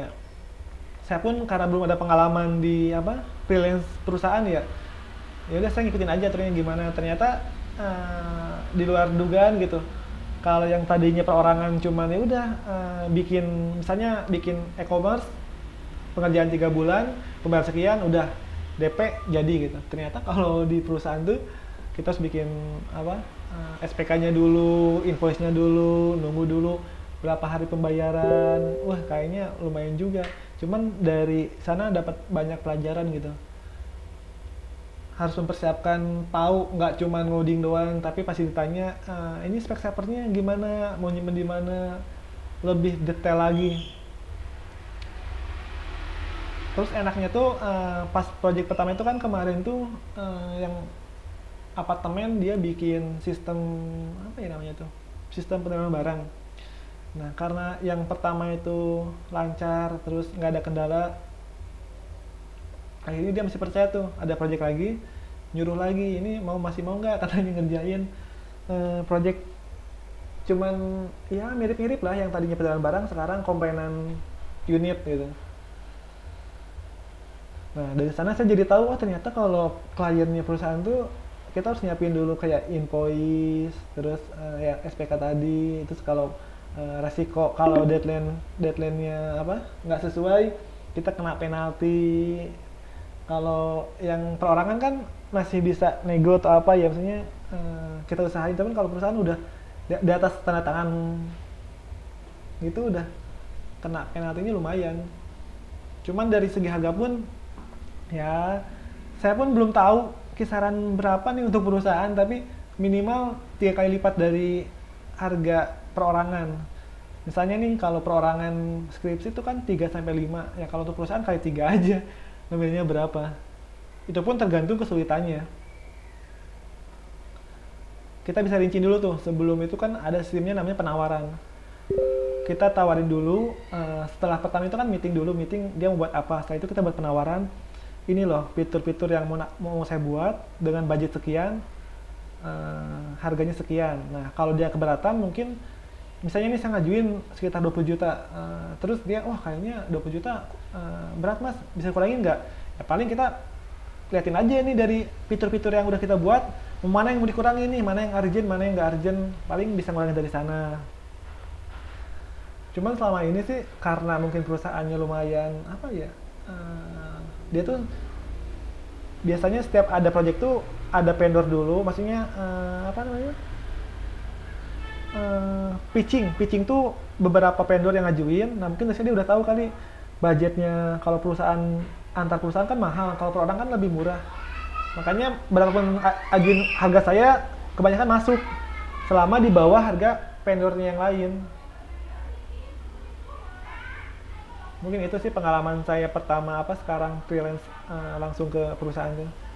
Mungkin nextnya harapannya ya naik kelas, yang tadinya 2 digit nih 3 digit projectnya. Kebanyakan di awal tuh bingung masalah harga. Rata-rata tuh pasti bingung, mas saya dapat project ini kira-kira berapa ya harganya ya, itu pasti pada bingung. Saya pun dulunya awal sama, saya nggak tahu harganya berapa, cuman ya karena adanya jam terbang jadi tahu, lihat-lihat di grup, oh ternyata ngitungnya kayak gini. Lama-lama kita punya rumus sendiri gitu, cara nentuin harganya itu gimana. Yang penting tuh kuncinya sih bisa tahu sih dalam pengerjaan project ini kita bisa berapa lama pengerjaan. Maksudnya berapa lama tuh itu udah termasuk error sama apa namanya? Sebelum live tuh namanya apa ya? Ya revisi-revisi gitulah. Dipastiin dalam waktu itu revisi sama itu berapa lama. Standarnya sih biasanya 2 bulan pengerjaan, sebulan revisi biasanya. Cuman yang sekarang saya percepat sebulan pengerjaan, 2 minggu revisi.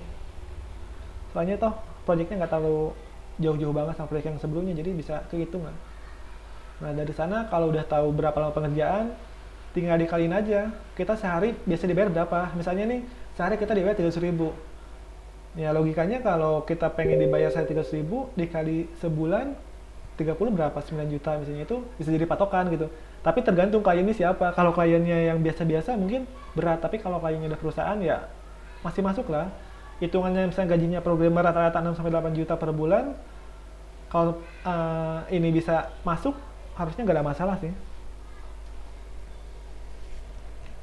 Itu cuman modal Laravel bisa 2 digit, Mas. Iya, iya. Untuk Laravel aja itu. Sebenarnya secara ini nggak ini sih, mungkin kalau saya share screen, coba ya kalau ini apa project yang kemarin dibuat tuh, ini project pertama dia penerimaan barang. Dia bisa mengetahui unit ini datang barang apa, nanti barangnya diambil sama siapa, jenis paketnya apa. Ya, yang penting ini sih role management. Ada roles, permission, user. Nah, ini project pertama. Project yang sekarang lagi dibuild tuh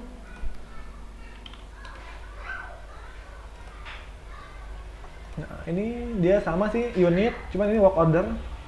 Work order buat pengerjaan, location, notification, profile, sama ini aja.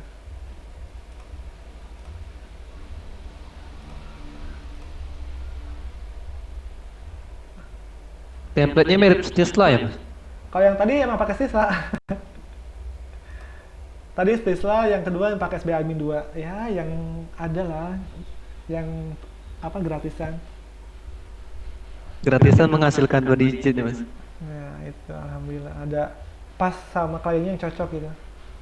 Untungnya dia tuh nggak rewel lagi. Kadang kalau yang rewel itu ketika udah jalan, ini mas, ini kok gini, kurang ini. Nah itu penting juga tuh di awal kita ngajuin SPK sama itu tuh, terus sama bukan revisi sih namanya, maintain berapa lama. Jadi setelah misalnya kalau saya biasanya maintain 3 bulan, setelah 3 bulan itu ya udah lepas aja. Kalaupun mereka ada penambahan itu nambah cas lagi gitu, dicas lagi berapa nih fitur ini misalnya. Tapi pastiin bedain mana maintain mana nama fitur. Kadang kalau yang baru tuh nama fitur disangkanya maintain, padahal itu bukan maintain. Maintain tuh yang udah jalan, kalau ada kendala atau apa diperbaiki, bukan menambah.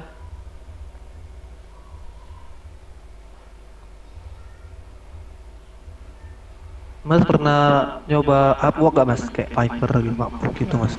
Sebenarnya kalau saya untuk freelance tuh nggak terlalu nggak terlalu ngejar banget gitu, karena saya kerja profesional di kantor, terus saya di BWA, jadi nggak terlalu ngejar banget.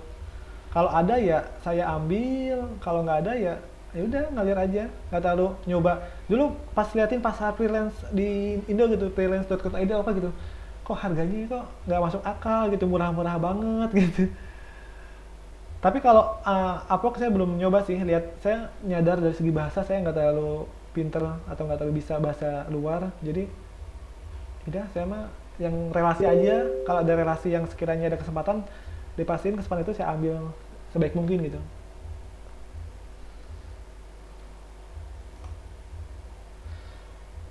Kalau nama fitur nambah lagi duitnya. Ya iyalah, nama fitur masih cuan itu. Kalau saya sering banget nih mahasiswa yang skripsi, saya tahu kan kayak e-commerce gitu. Kalau dia kan minta standar ya biasa halaman e-commerce gitu. Saya tahu bahwa kalau udah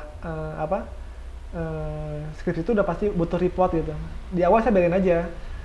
Nah, ketika nanti dia udah bimbingan, mas kayaknya perlu nambah download PDF. Yaudah kalau nambah PDF kena cas lagi, misalnya 500.000. Oh yaudah nggak apa mas, yang penting selesai gitu.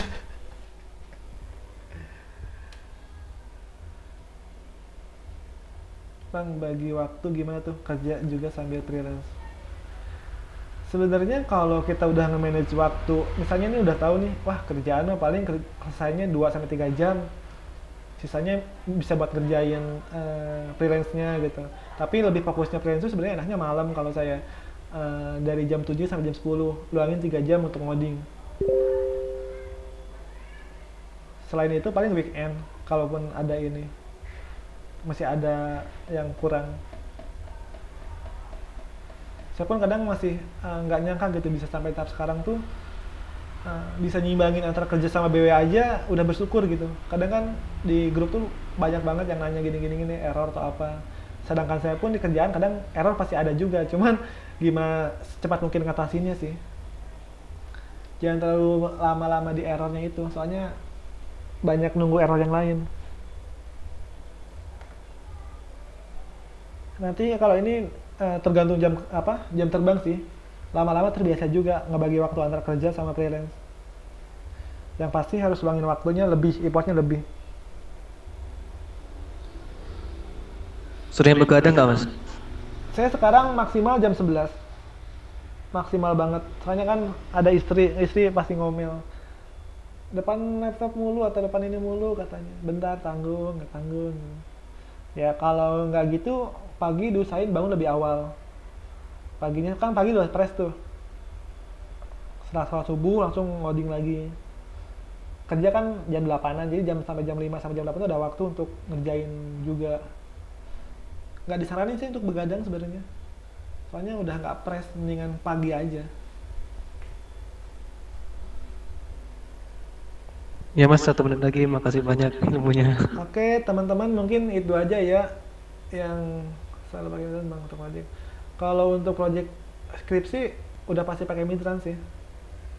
Yang penting jalan, flow-nya, setelah pembayaran berhasil dibayarnya, yang penting sukses kelihatan.